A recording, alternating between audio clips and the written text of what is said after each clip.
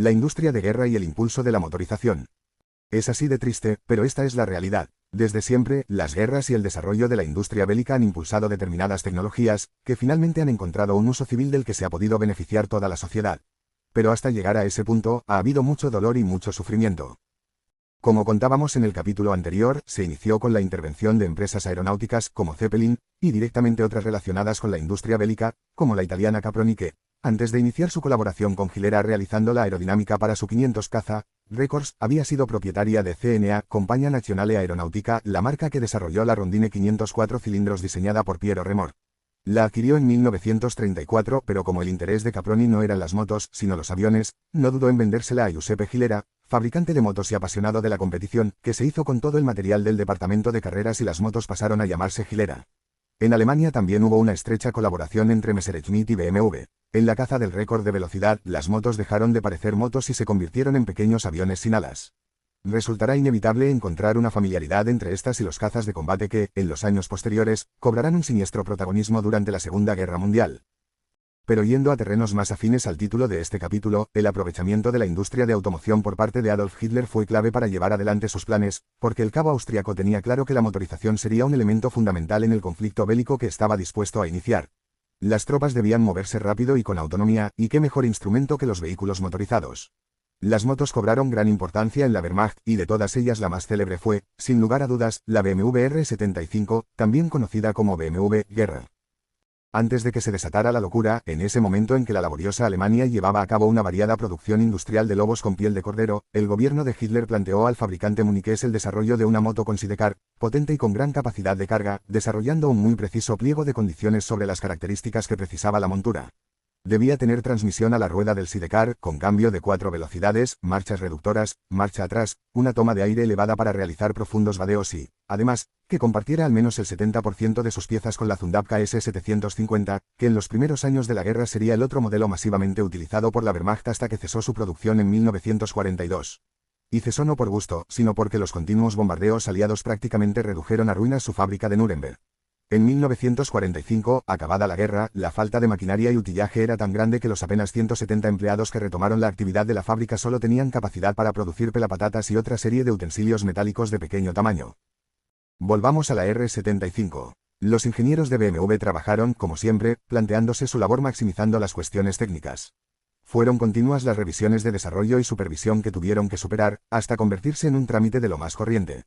Llegó un punto que ni siquiera preguntaron por el oficial de la Wehrmacht que, como una estatua, asistía a las explicaciones técnicas desde una esquina de la sala, sin inmutarse, atento a todos los detalles y sin articular palabra. Total, ¿quién no tiene uno de esos en su trabajo? Hasta que un día, por fin, se levanta y dice, eso está muy bien, pero tengan en cuenta que el sidecar debe ser lo suficientemente fornido como para soportar la carga de un soldado equipado con una Maschinengewehr 34 y su munición, y un bidón de 20 litros de combustible. Ese no era precisamente el tipo de equipamiento en el que pensaban los ingenieros de BMW cuando se devanaban los sesos sobre el tablero de diseño. Cuando el 1 de septiembre las tropas alemanas entraron en Polonia y la Segunda Guerra Mundial se desencadenó con la declaración de guerra de Reino Unido y Francia 2 días después, todas las empresas capaces de producir equipamiento militar quedaron bajo la dirección del ejército, quitando definitivamente la piel de cordero al lobo. La BMW R75 fue un modelo especialmente capacitado para el uso militar, que posteriormente fue replicado por los soviéticos y los chinos, copia tras copia. Sea como fuere, el caso es que BMW recibió todos los parabienes del ejército y pudo iniciar la producción de la R75, y eso que la actividad industrial se vio seriamente condicionada durante la guerra, porque la factoría de Múnich no tardó mucho en convertirse en un objetivo prioritario de los aliados. En la primavera de 1942 la producción de BMW tuvo que trasladarse a Eisenach, en Turingia, al este del país, una región que al terminar la guerra, tras un breve periodo de ocupación aliada, quedó bajo control de los soviéticos, formando parte de la República Democrática Alemana con la fundación del nuevo Estado en 1949. De la R75 se llegaron a realizar 18.000 unidades. Era una moto potente, con su motor de 745 centímetros cúbicos y sus 26 CV de potencia, y de una notable complejidad técnica por la exigencia de montar tracción al sidecar y marchas reductoras. Tenía una caja de cambios de 4 velocidades hacia adelante más una marcha atrás, y 3 velocidades para uso off-road con tracción al sidecar, más una marcha atrás off-road. En este sentido, la R75 estaba más cerca de ser un todoterreno de 3 ruedas que una moto con sidecar, al uso de la época. El cambio era manual y de pie, con un selector situado en el lateral derecho del depósito. La transmisión al sidecar era por eje rígido desde la corona trasera de la moto. Tenía dos frenos de tambor de 250 milímetros en la moto y otro de igual diámetro en el sidecar que se activaba mediante la palanca de freno trasero. Un signo de su avanzado diseño es el hecho de que el sistema de frenos fuera hidráulico en vez de por cable, como era habitual, con lo que los ingenieros de BMW se anticipaban varias décadas en este terreno, porque los frenos hidráulicos no comenzaron a generalizarse en las motos hasta los años 70. Tenía un chasis tubular de acero atornillado, dividido en partes independientes para facilitar el mantenimiento o la sustitución de piezas de forma rápida y accesible, incluso en el campo de batalla. De hecho, el diseño de la R75 la concebía directamente como un sidecar, no como había hecho anteriormente BMW con sus modelos, que eran motos a las que se les podía acoplar el correspondiente sidecar. Puestos a canibalizar la moto en caso de necesidad, o viceversa, aparte de compartir elementos con la Zundap KS750, la R75 también disponía de llantas de 16 pulgadas con neumáticos iguales 4,5 x16, de perfil cuadrado como en los automóviles, con lo que se podía aprovechar indistintamente en caso de que fuera necesario. Otro detalle al que se prestó especial importancia fue al combustible, y fue algo en lo que los oficiales de la Wehrmacht hicieron mucho hincapié, dado que sabían que en un conflicto armado no siempre se dispone de combustible de suficiente calidad. Por eso impusieron la necesidad de contar con una relación de compresión baja, de solo 5:8 en 1, lo que permitía emplear carburantes de bajo octanaje o cualquier otro mejunje que hiciera combustión, incluso gasolina sintética, un campo de investigación en el que Alemania ya se había adentrado en aquellos tiempos. En tiempos de paz. La guerra también dio paso a un fenómeno que se ha venido conociendo como ingeniería inversa. Hasta 1948, a BMW no se le autorizó que volviera a fabricar motocicletas. Hasta entonces, y como consecuencia de la ocupación aliada y las limitaciones impuestas a su industria, se limitaban a realizar el mantenimiento del parque de vehículos aliado, además de la fabricación de elementos básicos, como homenaje y bicicletas. Pero cuando finalmente se levantó el veto a la producción, en BMW tuvieron que partir de cero, porque la fábrica de Múnich había quedado muy dañada en los bombardeos, la maquinaria estaba en pésimas condiciones, e incluso habían desaparecido planos y utillajes de los modelos fabricados antes de la guerra, ya que la mayor parte de esa documentación fue incautada por los soviéticos y enviada a la planta que BMW tenía en Eisenach, que había quedado bajo el control de la URSS. Los resolutivos ingenieros de BMW solo encontraron en Múnich alguna unidad de la R23, una sencilla monocilíndrica de 247 centímetros cúbicos y 10 CV de potencia, producida entre 1938 y 1940, así como piezas y otra serie de recambios de diversa procedencia. Y entonces, desanduvieron el camino. Partiendo de las piezas crearon los planos, los utillajes y la maquinaria, y desarrollaron la R24, prácticamente idéntica a aquella, de la que apenas se diferenciaba en su estética. Ofrecía 12 CV de potencia, y su motor giraba a un régimen algo más elevado que aquella. Fue el único modelo producido por BMW en toda la década, aparte de la R75, guerra, pero no estaba mal para empezar en un país que había quedado reducido a un montón de escombros. Un terreno que vivió importantes avances beneficiado por la investigación militar fue el de los neumáticos. El desarrollo de fibras sintéticas y de alta resistencia, que tuvo en el nylon uno de los productos más conocidos, permitió que la técnica de fabricación de los neumáticos experimentara una espectacular evolución. Los fabricantes se dieron cuenta de la enorme ventaja que ofrecían los nuevos materiales por su mayor ligereza y flexibilidad, lo que aumentaba notablemente el agarre de los neumáticos. Esta fibra fue descubierta por el químico estadounidense Wallace Hume Carothers, que dio con él en 1933, aunque no fue patentado hasta más de un año después de su muerte, muy prematura, el 29 de abril de 1937, 2 días después de haber cumplido 41 años. Carothers lideraba el grupo de experimentación del gigante químico DuPont, y era un verdadero prodigio en su sector. Además del descubrimiento del nylon, también tuvo una aportación fundamental en el desarrollo del neopreno. Sin embargo, a pesar del éxito alcanzado, Carothers, que arrastraba trastornos depresivos desde muy joven, cayó en un desánimo constante agravado por problemas de índole familiar, como la muerte de su hermana. Incapaz de superar esos traumas, una tarde de abril se alojó en un hotel de Filadelfia y se suicidó, ingiriendo un cóctel de zumo de limón con cianuro de potasio. El 20 de septiembre de 1938, DuPont registró la patente del nylon, que inicialmente se empleó para hacer cerdas de cepillos de dientes, pero enseguida tuvo una aplicación de lo más atractiva, las medias. Era una fibra elástica que resistía el ataque de la polilla, lo cual era de agradecer.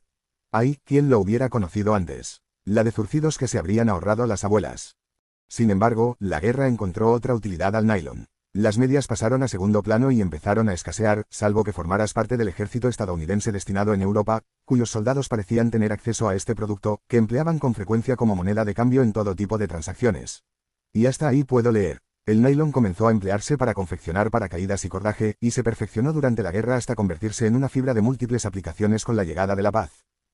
Hasta ese momento, el algodón constituía el principal elemento estructural de los neumáticos, y se hacían necesarias varias capas de algodón para crear las lonas que formaban la estructura del neumático. Los fabricantes se dieron cuenta de que con un número menor de capas de nylon, que además resultaban más flexibles y eran también más resistentes, se obtenía un rendimiento muy superior al conseguido con las numerosas capas de algodón empleadas hasta ese momento. Los fabricantes británicos, con Dunlop a la cabeza, y también Avon, enseguida comenzaron a emplear estas nuevas fibras. Si en 1949 el algodón estaba presente en el 51% de los neumáticos fabricados en Reino Unido, 5 años después solo se empleaba en un 15% de la producción. Todo eran ventajas. Además, al ser el nylon más resistente, también se pudo emplear menos goma en la fabricación del neumático, y así este alcanzaba una temperatura de trabajo más baja, generando menos calor y mejorando también la presión de inflado. Eso permitió aumentar la superficie de contacto con el suelo entre un 10 y un 15%, lo que supuso mayor eficiencia y seguridad. Gracias al caucho sintético desarrollado con las nuevas fibras, se consiguieron crear neumáticos de mejor agarre. El prestigioso ingeniero de carreras Kevin Cameron lo explica con precisión en su libro Las motos de Gran Premio. Dunlop podría entonces darse el lujo de aumentar el empleo de goma sintética, SBR, como elemento constituyente de las bandas de rodadura de sus neumáticos, a pesar de que su mayor fricción interna, histéresis, producía mayor calentamiento en marcha que la goma natural, número. El caucho natural es muy elástico cuando lo deformas aplicando cierta energía. Este tipo de goma libera de nuevo una gran parte de esta energía, y el resto se convierte en calor interno. El caucho sintético, por el contrario, devuelve mucho menos de esa energía reflejada y por tanto genera más calor. Ese aumento de la histéresis hacía entonces posible aumentar enormemente el agarre en mojado. Peenemünde, la fábrica del mal. La vida tiene estos contrastes. Nadie se imagina que unas sencillas medias hayan podido contribuir de forma significativa a la seguridad vial sobre dos ruedas, como seguramente tampoco asocian la devastación provocada por las bombas volantes V1 y V2 alemanas con el avance de la industria motociclista. Pero así ha sido. Hay que viajar hasta Peenemünde, una remota localidad situada al noreste de Alemania, en uno de los extremos de la isla de Usedom, para encontrar el origen de todo. A este lugar se lo puede considerar como la fábrica del mal, porque allí instaló el gobierno alemán un centro de investigación en 1937, donde concentró a los mejores ingenieros del ramo de la aeronáutica, la física y las matemáticas, nobles materias tomadas de manera individual, hasta que se combinan con la malicia, la perversión y la ambición del régimen nazi de Adolf Hitler. En el complejo de Peenemünde coincidirían dos figuras de renombre, dos ingenieros a los que el azar los llevó a compartir una labor y después el destino les deparó existencias tangencialmente distintas. En tiempo de paz, Wernher von Braun se consagró como padre de la carrera espacial estadounidense, y Walter Kaaden se convirtió en el impulsor del motor de dos tiempos moderno. Pero en aquellos días oscuros de la guerra, ambos trabajaron al servicio del mal, creando dolor y sufrimiento. Por más que en su ánimo estuviera la noble idea de desarrollar las tecnologías más avanzadas de su tiempo, fueron plenamente conscientes de que esos cohetes y esos motores que ellos diseñaban estaban destinados a enviar explosivos letales a cientos de kilómetros para sembrar la muerte y la devastación. Von Braun nació en 1912 en el seno de una aristocrática familia prusiana. Su padre llegó a ser ministro durante la República de Weimar. Siempre fue un apasionado de la ciencia, devoraba las novelas de Julio Verne, y cuando su madre le regaló un pequeño telescopio, su afición por la astronomía y el espacio se desbordó. No dudó en orientar su formación hacia los estudios científicos. Se graduó en Ingeniería Mecánica en el Instituto Politécnico de Berlín, obteniendo el doctorado en Física en 1934. Para entonces llevaba ya unos años formando parte de la Verein für Raumschifffahrt, algo así como la Sociedad para el Desarrollo de Cohetes de Alemania. Su tesis doctoral captó la atención del gobierno nazi. Von Braun había desarrollado conceptos que despertaron el interés de los jerarcas por su posible aplicación militar en un campo que ninguna otra nación había explorado hasta ese momento, y se decidió mantener parte de esa tesis doctoral como materia clasificada para que no fuera de dominio público. El gobierno integró a von Braun en sus programas militares, iniciando una confusa relación. No llegó a formar parte del partido nazi hasta 1937, y evidentemente era consciente de lo que suponían sus conocimientos y los avances armamentísticos que el ejército alemán iba a conseguir, pero al mismo tiempo estuvo siempre bajo sospecha por su escasa significación política en determinados momentos. Kaaden nació en Sajonia, en 1919. Era hijo del chofer privado de Karl Hahn, jefe de ventas de DKW, que en aquellos años era una de las principales marcas de automoción de Alemania, líder en el sector motociclista. Esta circunstancia le permitió acompañar a su padre a la inauguración del circuito de Nürburgring en 1927, la instalación más moderna y completa del mundo del motor en ese momento. Quizás ese día algo despertó en el pequeño Walter, aunque ni él mismo podía llegar a imaginar la vinculación que alcanzaría 30 años después con el mundo motociclista. Su inquietud por la tecnología le llevó a ingresar en la Academia Técnica de Chemnitz, no lejos de donde se encuentra el actual circuito de Sachsenring. Chemnitz era el corazón de la industria de automoción alemana, y en esa área se concentraban al menos 16 fabricantes, con el grupo Auto Union a la cabeza. Lógicamente, Kaaden vivió el auge del partido nazi con la naturalidad con la que un niño asume las cosas. Como cualquier otro muchacho, se incorporó a las Hitlerjugend, Juventudes Hitlerianas, como parte obligada de su formación, y prosiguió sus estudios hasta su graduación como ingeniero técnico. En 1940, Kaaden empezó a trabajar en la aeronáutica Henschel en Berlín. Su talento permitió que enseguida fuera promovido a un puesto de ingeniero en Peenemünde, donde coincidiría con von Braun. La pequeña isla de Usedom, en el mar Báltico, alojaba el centro de producción de las terribles bombas volantes V-1 y V-2, esos engendros volantes que durante la primera etapa de la Segunda Guerra Mundial fueron lanzados sobre Londres y Amberes, principalmente. No hay evidencia de que von Braun y Kaaden trabajaran en proyectos comunes, aunque von Braun era la cabeza visible de la organización y estaba al tanto de los proyectos allí desarrollados. Kaaden formó parte del equipo de desarrollo del primer misil balístico de la historia, el HS-293, y posteriormente trabajó en el Messerschmitt M262, el primer reactor de combate, mientras que von Braun se encontraba ya centrado en el desarrollo de la V-2, con el objetivo de aumentar su rango de vuelo y permitir su uso como misil intercontinental. El destino. Estados Unidos, por supuesto. Werner von Braun impulsó el desarrollo de las bombas volantes alemanas y fue clave posteriormente en la carrera espacial estadounidense. Informes de espías estadounidenses en Suiza señalaban la existencia de frecuentes transportes de agua pesada, componente esencial para la fabricación de la bomba atómica, con destino a Peenemünde, con lo que los aliados planearon un ataque masivo sobre la zona.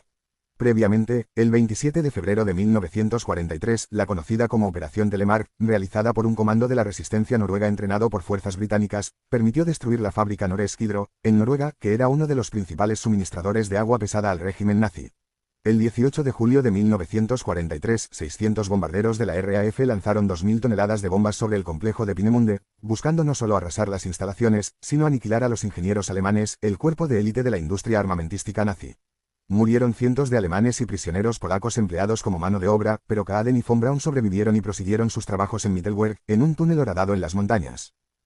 Para entonces, el curso de la guerra seguía y los ingenieros eran conscientes del destino que los esperaba. Los aliados habían iniciado una carrera a todo gas cuya meta era Berlín. Los que querían ser liberados rezaban con todas sus fuerzas para que británicos y estadounidenses llegaran antes que los soviéticos. Von Braun, que ya había protagonizado algún episodio de rebeldía frente a sus mandos nazis, estaba decidido a rendirse a las tropas norteamericanas. No fue casual. Desde la Oficina de Servicios Secretos de Estados Unidos, precursora de la CIA, dirigida por Allen Dulles, ya se había iniciado un proceso de selección de talentos para enviarlos a Estados Unidos. Dulles era abogado de Prescott Bush, padre de George Bush y abuelo de George W. Bush, expresidentes republicanos de Estados Unidos, un multimillonario empresario, cuya corporación mantuvo negocios con el régimen nazi durante la Segunda Guerra Mundial, siendo socio de Fritz Thyssen, uno de los soportes financieros del régimen de Hitler. Suponemos a Bush fervoroso cristiano, inspirado por las palabras del Evangelio, Mateo 6,3, que no sepa tu mano izquierda lo que hace tu derecha. Es decir, que mientras buena parte de la juventud norteamericana daba su vida en las playas y los campos de Europa, Bush no tenía reparos en hacer negocios a costa de esas vidas. American Way of Life, por supuesto. Y luego, los votantes norteamericanos le premiaron con un asiento en el Capitolio como senador por Connecticut en 1952. Dulles estaba al tanto de los amplios conocimientos de von Braun y poco le importó que los trabajos del ingeniero alemán hubieran puesto en la diana a Estados Unidos, ni que, como responsable del desarrollo de semejante armamento, debería haber hecho frente al juicio al que serían sometidos muchos otros miembros del ejército alemán. Von Braun fue adscrito a las SS en 1940, con similares responsabilidades. Von Braun, no, de este podemos sacar provecho, debió de pensar Dulles. Así dio comienzo a la Operación Paperclip, que logró el traslado de más de 700 científicos alemanes a Estados Unidos sin visado y sin conocimiento del Departamento de Estado. Al mismo tiempo, desde la Unión Soviética se desarrollaba la Operación Osoaviakim, con similares propósitos, aunque en este caso orientada hacia la investigación nuclear, para contrarrestar el proyecto Manhattan, que daría lugar a la primera bomba atómica norteamericana. El grupo de von Braun llegó a ofrecer a Kaaden la posibilidad de unirse a ellos y viajar a Estados Unidos, pero él no tenía intención de irse. Tenía esposa y 2 hijos esperándole en Sopau, pero la ciudad había caído ya bajo dominio soviético. La decisión personal que cada uno tomó en mayo de 1945 marcaría su destino. Mientras von Braun huía con los suyos a través de los Alpes austriacos para rendirse a las tropas norteamericanas, Kaaden intentó llegar a casa, permaneciendo escondido en una granja durante algún tiempo. Tuvo la fortuna de ser capturado por los aliados, que lo confinaron en el campo 90, en Bad Kreuznach, bajo control soviético. Consiguió evitar que descubrieran su elevada cualificación, evitando a los cazatalentos de la Operación Osoaviakim, y cuando fue liberado logró llegar a su casa en Sopau, donde estuvo semanas sin salir por temor a que los soviéticos lo descubrieran y lo enviaran a un campo de prisioneros, una situación que, por lo general, te acercaba irremisiblemente a Siberia. Kaaden y su familia pasaron penurias. Sobrevivían a base de patatas y robando comida, una vida de miseria que contrastaba con el plácido emplazamiento de von Braun en Estados Unidos, agasajado y con todas las facilidades a su alcance para proseguir con sus investigaciones, afortunadamente acomodado en una residencia en Fort Bliss, Texas, una base militar perdida al borde de la frontera con México, que seguramente no era el lugar más agradable del mundo, pero, vistas las perspectivas en 1945, no se podía pedir mucho más. A Von Braun se debe el éxito de Estados Unidos en la carrera espacial, mientras que Kaaden es, a decir de todos, el padre del motor de dos tiempos moderno, sobre el que se cimentó la tecnología clave del motociclismo durante casi 5 décadas. Todavía hoy, en determinadas disciplinas, los ligeros y potentes motores de dos tiempos siguen rugiendo en la competición motociclista, mostrando una potencia específica superior a los complejos y eficaces motores de válvulas. Cuando la presión del ejército soviético sobre la población alemana se relajó, Kaaden comenzó a pensar en su futuro. Se le ocurrió poner en marcha una empresa de reparación de tejados con un amigo, una idea acertada dado el precario estado en que habían quedado la mayoría de las casas por culpa de los bombardeos. Sus sueños de ingeniero quedaban aparcados. La fábrica de KW seguía en pie. Sus tejados verdes, semiocultos entre los árboles, la protegieron de las bombas de la RAF, pero su contenido había sido saqueado como botín de guerra por los soviéticos, que desensamblaron la planta de producción y la enviaron a una factoría en Isevska, 1000 kilómetros al este de Moscú. Los aliados no fueron más clementes, pues se repartieron lo mejor de la industria alemana de la época. Las NSU sobrealimentadas fueron enviadas a la fábrica Indian de Massachusetts. BSA y Harley Davidson se apropiaron del diseño de la DKW RT-125 para crear sus motos ligeras Bantam y Hummer, respectivamente, y Norton intentó hacerse con las BMW Compresor, pero gracias al empeño de George Meyer, el gran campeón de los años 30, no lo logró. En 1949 se creó la República Democrática Alemana, un estado satélite soviético. En menos de un lustro, los alemanes del este pasaban de vivir en la paranoia hitleriana a verse atrapados bajo la dictadura del régimen soviético, que en la RDA alcanzó niveles de demencia colosales. Walter Kaaden, con corbata, eligió quedarse en Alemania, con su familia, alejado de la industria militar y consagrado al desarrollo del motor de dos tiempos, moderno. Kaaden tuvo que dejar su negocio de reparación de tejados y se refugió en la mecánica, abriendo un pequeño taller en Waldkirchen y recuperando las viejas y desvencijadas motos que aún quedaban por las calles. Abundaban principalmente las DKW RT-125, una moto diseñada por Hermann Weber a finales de la década de los 20, con un ligero y pequeño motor de dos tiempos. Aplicando los conocimientos adquiridos en Peenemünde sobre las ondas de resonancia y los motores a reacción, Kaaden supo mejorar el rendimiento del motor. Su efectividad no tardó en llegar a oídos de las autoridades que en 1953 lo pusieron al frente del departamento técnico de IFA, la nueva marca estatal, que se levantó sobre las cenizas de la antigua DKW. Desde ese momento, Kaaden consagró su vida a la marca, que pasó a denominarse MZ Motorradwerk Zopau en 1956, trabajando en el desarrollo y el perfeccionamiento del motor de dos tiempos de válvula rotativa, aplicando los conocimientos sobre resonancia adquiridos de las bombas V1 para el desarrollo de la mecánica y estableciendo las bases del moderno motor de dos tiempos. Von Braun acabó siendo una de las piezas clave en la NASA, y terminaría convertido en el padre de la carrera espacial de Estados Unidos, responsable de la fabricación de los cohetes Saturno, que llevarían al hombre a la Luna en 1969, haciendo de Von Braun uno de los talentos más célebres de la historia. Es curioso el destino. Dos hombres con orígenes tan diferentes como Von Braun y Kaaden compartieron objetivos en un momento concreto de la vida, pero el destino los devolvió a su propia condición. La regalada vida de Von Braun en el paraíso capitalista de Estados Unidos y la sufrida y trabajosa existencia de un trabajador como Kaaden en la RDA, paraíso, a su pesar, del socialismo. Von Braun lograría fama y éxito, a Kaaden le arrebatarían la gloria cuando la acariciaba con la punta de los dedos.